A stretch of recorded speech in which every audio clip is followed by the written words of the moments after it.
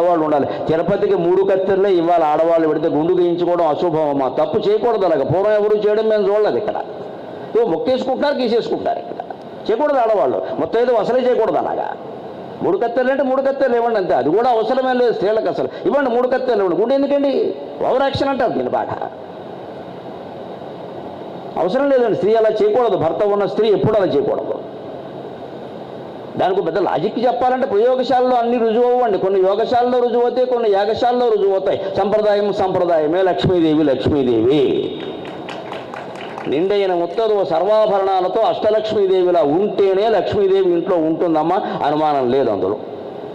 ఆవిడ అలా ఉండాలంటే లక్ష్మీదేవిలా ఉండమని చెప్పానా, లేకపోతే చితకపడతా అనకూడదు. అలా ఉండేలా ఈ పెద్ద మనిషి చూడాలి. అది ఈయన బాధ్యత.